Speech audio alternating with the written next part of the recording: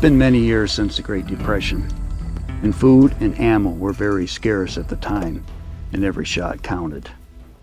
In order to save as much meat as possible for the dinner table, headshots were performed. Stay tuned to improve your accuracy before taking your next shot. I'm Riveroo Bay, and welcome to my gun kingdom.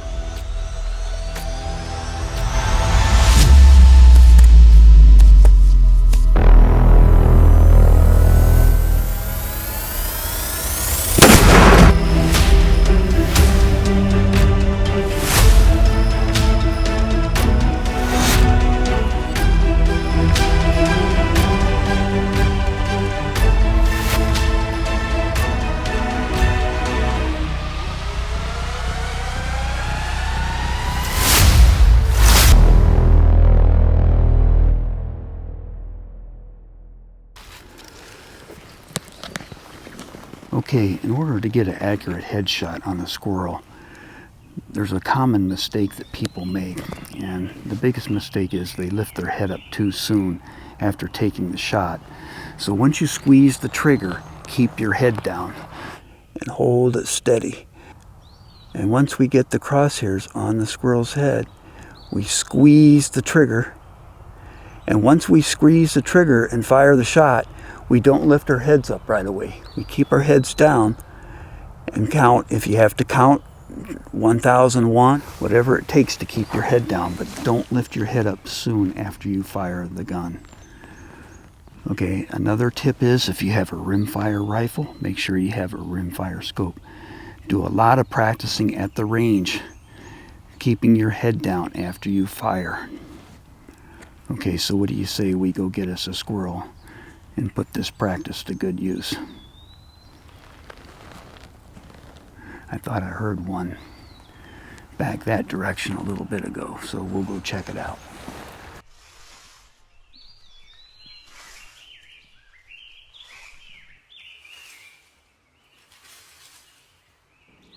Hunting with my 1957 Marlin 39A 22 long rifle.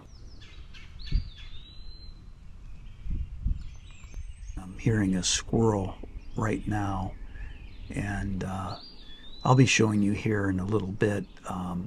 He's on a log that kind of goes up at an incline to the right, and you can see him run along that log up to the right.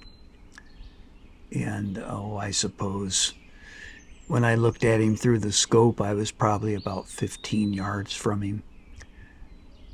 And here he is right now going up there along that log.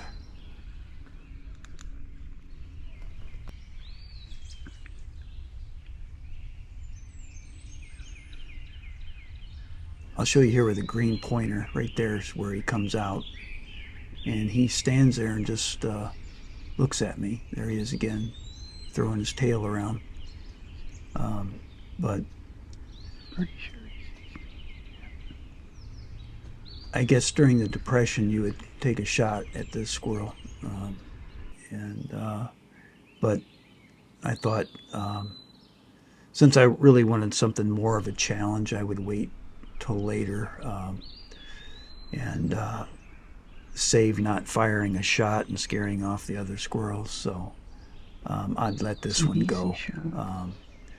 I really want more of a challenge than this squirrel offered. It's up higher.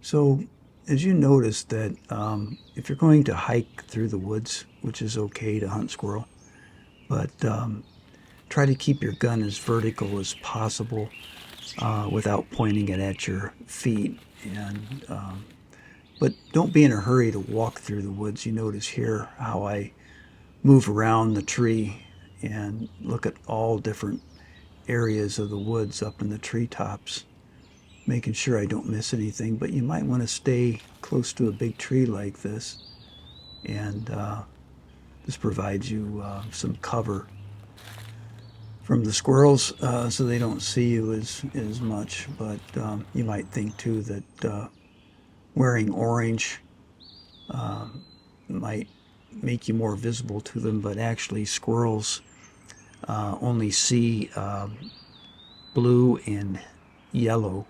So orange actually looks gray to them.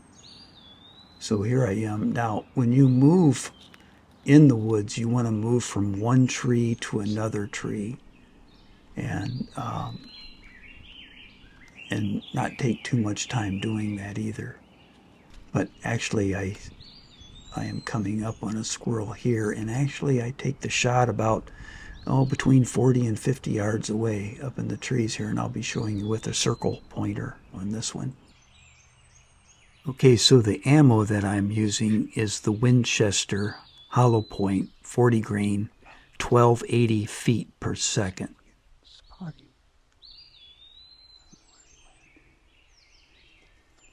There he is, I see him. Okay, let's see if we can get a shot.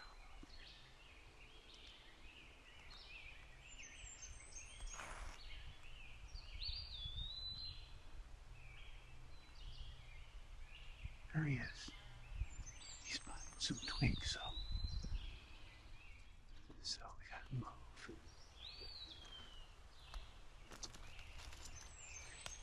So after spotting a squirrel, you want to have as much patience as possible and wait till he gets into a clearing without twigs or any branches so you can get a good clear shot.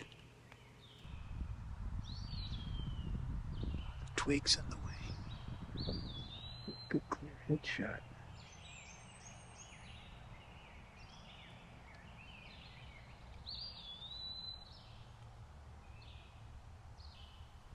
Okay, so also I will be showing you a clip of a replay, and this clip will have the delay that is needed of not raising your head right after firing your gun. So this way you'll get a really good accurate shot. He's got his back to me now.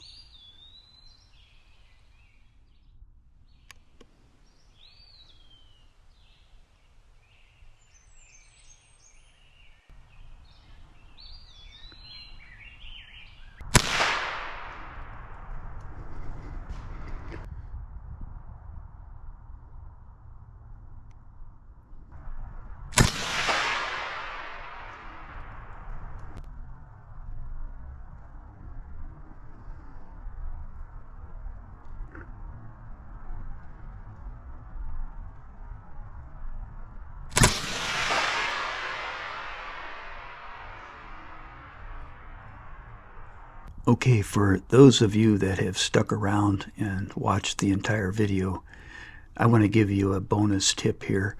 I'm going to leave this in real time and show you how frustrating it can be if you're hunting by yourself and you shoot a squirrel out of the tree. Now you have to go find them, and this is a fox squirrel, so he blends in with the leaves. Now, if you're hunting with two people, what my dad would always do, he would send me out to go search for the squirrel, but he would remain where we fired the shot, keeping an eye on where he fell. And that way I could keep an eye out for branches and logs that would be easy to trip over. So I would walk out about 30 or 40 yards, and then I'd have to look back at him, and he would show me with his hand signals which direction to keep going in.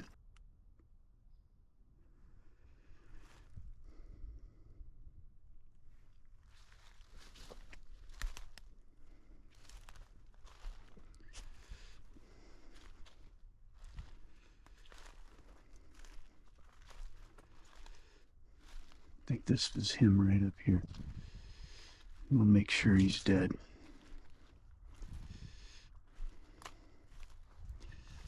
Yep, here he is.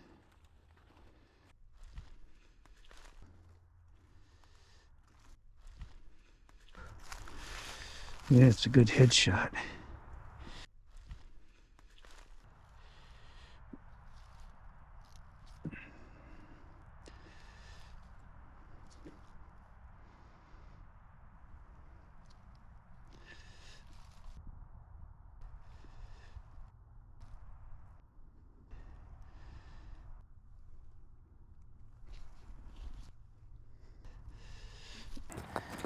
Another successful squirrel hunt today, and I say successful because it was a perfect headshot.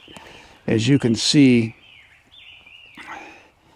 here, I hit the squirrel right in the side of the head here, just right underneath the ear, and it came out the other side of him. Just remember, when you practice at the range, after you fire each shot, make sure you always keep your head down, and that'll pay off to when you go squirrel hunting. So if this was back in the Depression, this would be successful for the table. And a lot of meat left on the squirrel since you do a headshot. So this would be, my grandmother would approve of this shot for sure. She spoiled me when I was young. She always cleaned the squirrel and the rabbit that I would bring back. And but anyway, I watched her how to do it, so I do it the old school way. And so anyway, I appreciate you watching today. And but if you're not a subscriber, make sure you hit that subscribe button and hit that like button if you like this video. And share this with your friends. And thanks for watching.